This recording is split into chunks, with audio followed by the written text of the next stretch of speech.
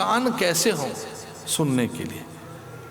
जिनके श्रवण समुद्र समाना, कथा तुम्हारे सुअग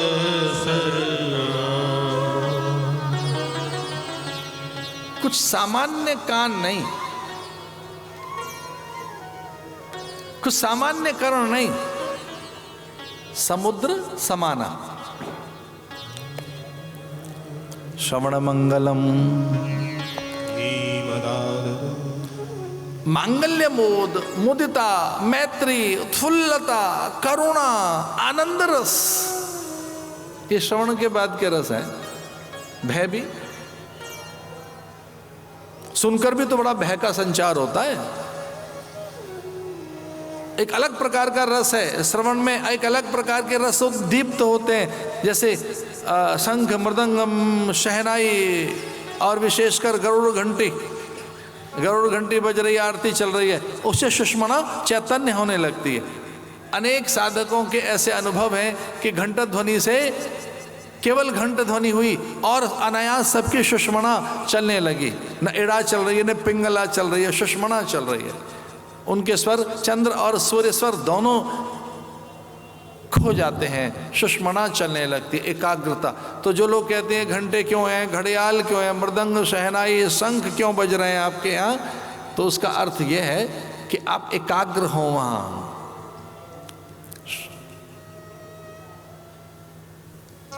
सुना देते कुछ उतावले, बड़े ऐसे उद्धत, जिन्हें तत्काल चाहिए, ऐसा ही कोई एक और साधक था, सीधे गुरु के पास पहुंच गया। और संयोग से ये युग बड़ा विचित्र युग है भाई। इस युग में बिना श्रम साधना के, बिना योग्यता पात्रता के व्यक्ति तत्काल पा लेना चाहता है, क्योंकि कुछ तत्काल व्यवस्थाएं हैं बाजार में, अभी मिल जाएगा। तत्काल की व्यवस्थाएं बहुत है, कई जगह तो तत्काल एक व्यवस्था का नाम है कि अच्छा भी तत्काल चाहिए, तो तत्काल में यात्रा की व्यवस्था है, आहार की व्यवस्था है। तो तात्कालिक प्रवृत्तियों में एक प्रवृत्ति प्रचंड हुई है तत्काल लाभ की, सुख की, सम्मान की। उधर ध्यान नहीं देंगे, सौंदर्य की भी, तत्काल सुंदरता मिल जाएगी, तत्काल सुख मिल जाएगा, सम्मान मिल जाएगा, तत्काल आनंद मिल जाएगा, तत्काल। अब इस तात्कालिक व्यवस्थाओं ने, तत्काल व्यवस्थाओं ने एक और प्रवृत्ति पैदा कर दी। क्या तत्काल ध्यान लग जाएगा? क्या तत्काल समाधि लग जाएगी? क्या अभी समाधि लग सकती है बिना श्रम साधना योग्यता पात्रता के, बिना यम नियम आसन प्राणायाम प्रत्याहार धारणा ध्यान के? क्या बिना हम सत्य अस्ते ब्रह्मचर्य अपरिग्रह अहिंसा के, क्या बिना हम यम नियम के, सौ संतोष तपस्वाध्याय ईश्वर प्राणिधान किए बिना क्या क्रिया योग सिद्ध हो सकता है? और हाँ, ऐसी व्यवस्थाएं बहुत हैं आजकल, है कुछ नहीं। और वो तो बड़ी विचित्र सुनने में आई एक कहानी। उन्होंने कहा हम सालों लगे रहे आपके पीछे, आप साधन नहीं बता रहे हैं, लो हम 3 दिन में अब योग के शिक्षक भी बनकर आ गए हैं।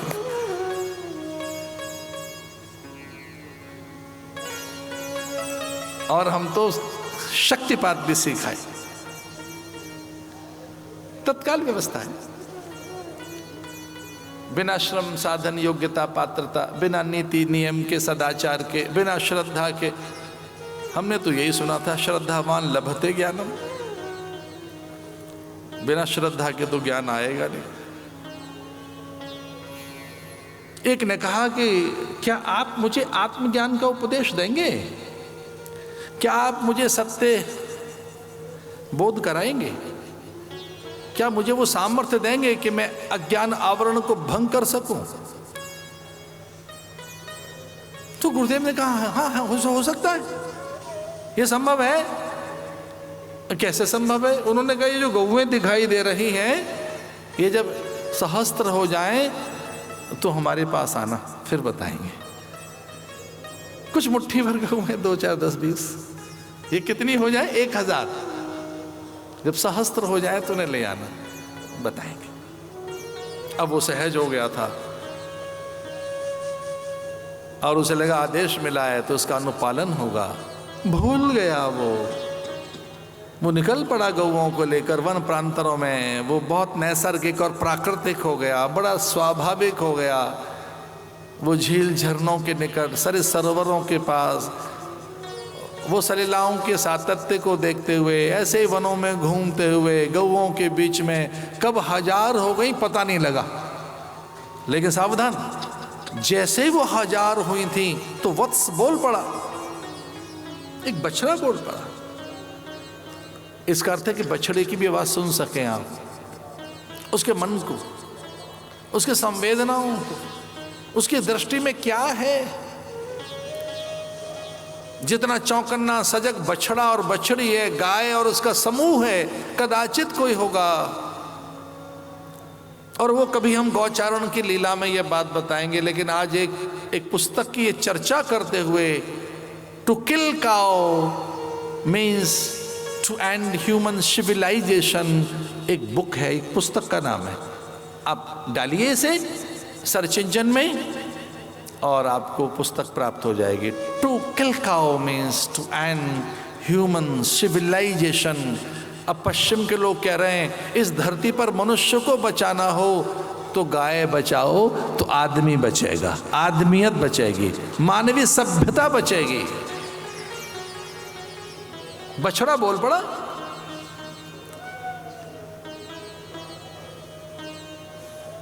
बछड़े ने कहा, रे साधु, गुरुदेव की आज्ञा हुई थी 1000 जब हो जाएंगे तो हमारे पास आना। अब हम 1000 हो गए, क्या मैं तुझे धर्म के एक पाद का उपदेश दूं? क्या तू तैयार है? एक पाद, यहां एक पाव मान के चलो, 1/4, एक पाव, एक यूनिट का 1/4, एक पाव से लेना। एक पौवा चलता था, पौवा, अद्धा, पौना। उसने कहा पूरा नहीं बताऊंगा, अभी तो उस योग्य नहीं हुआ है। एक पाद, धर्म के एक पाद का उपदेश देंगे, वो भी धर्म का। और जिन्हें धर्माचरण नहीं आता, जो धर्मनिष्ठ नहीं है, ध्यान रखना कोई साधन नहीं होगा।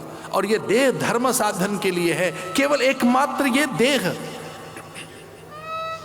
खलु धर्म साधनम, ये शरीर केवल इसके लिए है, केवल धर्म साधन के लिए। धर्म इससे ही सधेगा और किसी से नहीं। वत्स ने उपदेश दिया और यह भी कह दिया अगला उपदेश तुझे सौवीर, ऐसे एक पंछी का नाम बताया, वो देगा। वत्स यानी बछड़ा, फिर पंछी। भैया सस्तों सारी गाथाएं पंछियों ने सुनाई हैं और उनसे ही सीखी है हमने। वो काक भुजंड हो अथवा गरुड़ हो, या वो शुकदेव हो, तोता मैना। मनुष्य तो बादलों से बातें करता रहा है। मेघदूत, भवभूति ने मेघ को दूत बनाकर, मेघदूत, मनुष्य ने बादलों से बातें की हैं, पवन से बातें की हैं। बादलों की आर्द्रता जहां स्थिर नहीं रहती, बादलों को दूत बनाकर कहा जाओ, बयार को दूत बनाकर, पवन को दूत बनाकर भेजा है। और तो और जब ये हम संवेदनशील नहीं रहे, हम संवेदनहीन होने लगे मनुष्य, तो फिर बादलों से जब बात करने की क्षमता खो बैठा, पवन, बयार से, चंद्र से बात करने की क्षमता खो बैठा, तब उसने कबूतरों को संदेशवाहक बनाया कि जा तू बात क्या करा हमारी। ये डाकिया तो बहुत बाद में आया है, संदेशवाहक तो बहुत बाद में आए। अथवा तो हमारे मन की बातें पंछी परिंदों से होती रही है, चंद्र, निहारिका, नक्षत्रों से, ग्रहों से, धरा के कण से, यमुना के नीर से, अथवा किसी भी नदिया के जल से। पंछी ने एक पाद का उपदेश दे दिया और ये कहा अगला अग्नि देगी, अगला उपदेश। अग्नि ऋषि को भी मान सकते हैं, पर लिखा ये अग्नि ने उपदेश दिया, तीसरा। और तीसरा उपदेश जब अग्नि से प्राप्त हो गया तो अग्नि ने कहा कि आगे का जो चौथा एक पाद का अंतिम उपदेश, जिससे धर्म और ज्ञान, वैराग्य आदि जब सब सिद्ध होंगे, वो तुझे गुरु ही देंगे।